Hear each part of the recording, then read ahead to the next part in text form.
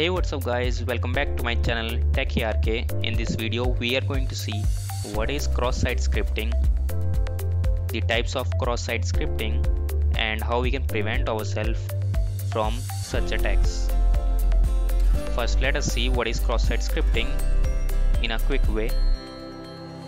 It is also denoted as XSS, and there are mainly two types of cross-site scripting attacks. One is reflected XSS and the another one is stored XSS. There is actually one more type of cross-site scripting, which is DOM XSS, but mainly these two are very popular. So let us see what are these cross-site scripting attacks.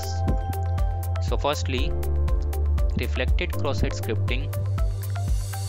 It is just adding a malicious code or a script on a victim web application, or you can say it is generally done by adding unexpected input in the input field, such as a malicious script which will not have any impact on the UI, but still it can be used to get some sensitive information. We will see about that in the later video. And the another one is stored cross-site scripting. In stored cross-site scripting, it is generally done by storing the unexpected input in database using input field.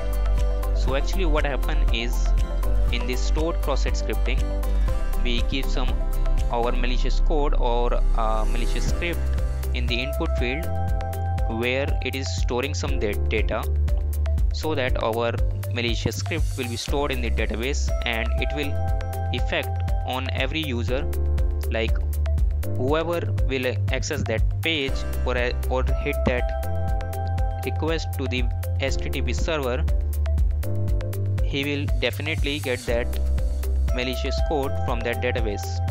Now let us see reflected cross-site scripting and how does it works. For that, I have my virtual machine and I have Kali Linux up and running. Let me just quickly turn on my server.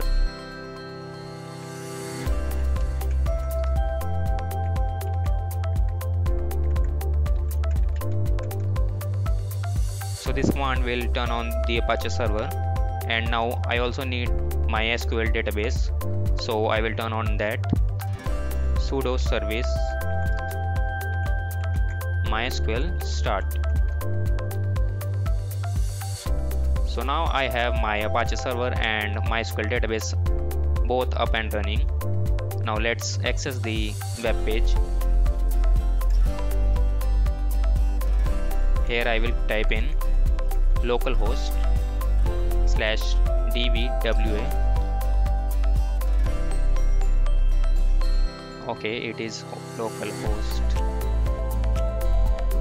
If you want to see how to set up this DVWA, you can check my previous video, or you also might have got the link in the I button.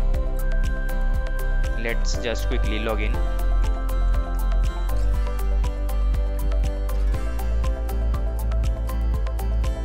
Now firstly, currently the security level is impossible. Let's change it.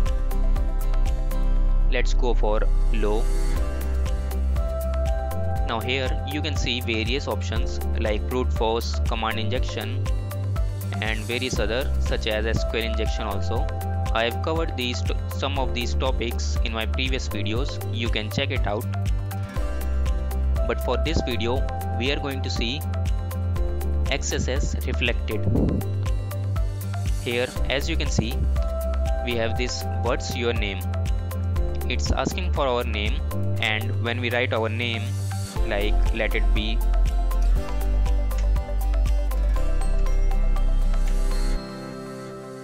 and if I click on submit, as you can see, it is saying hello John Doe.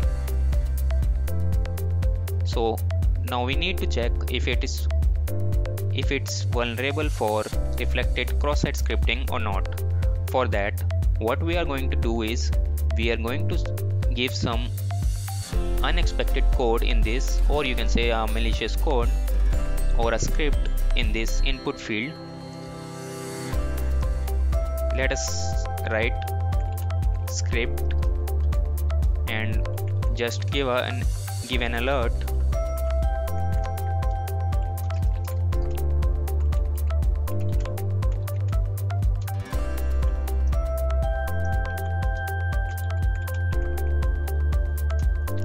Now if I click on this submit, as you can see, it gives an alert box.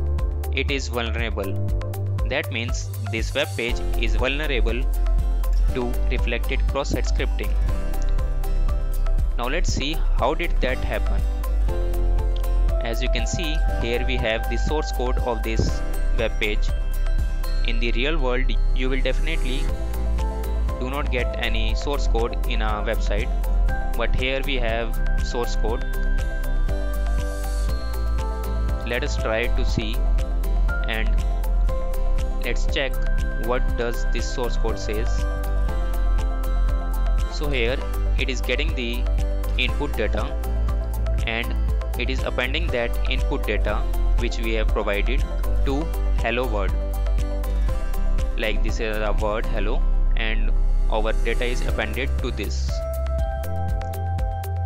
and our data is in the name parameter.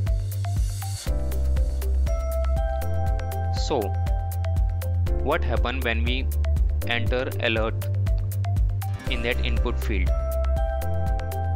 So we have used the script tag. Let me just show you.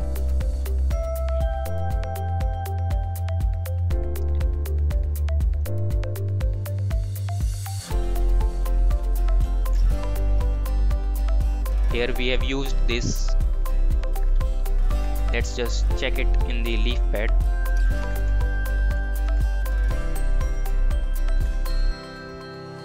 So yeah, we have used this in the input field, and if we check the source code,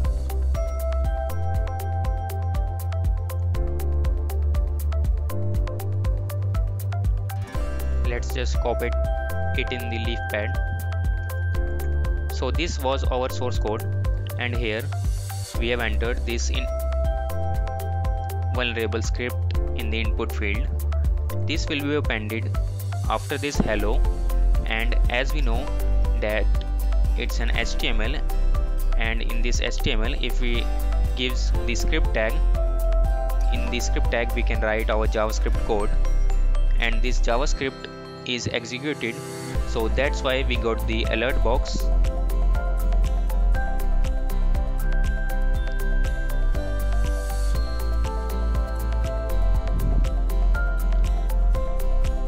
Now this was the just a basic example, but what if I click on submit?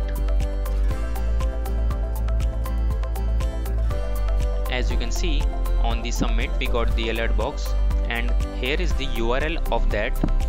What if I give this URL to someone else, whether it be like victim, and he tries to paste it and visit that URL? What will actually happen is he will also get this alert box.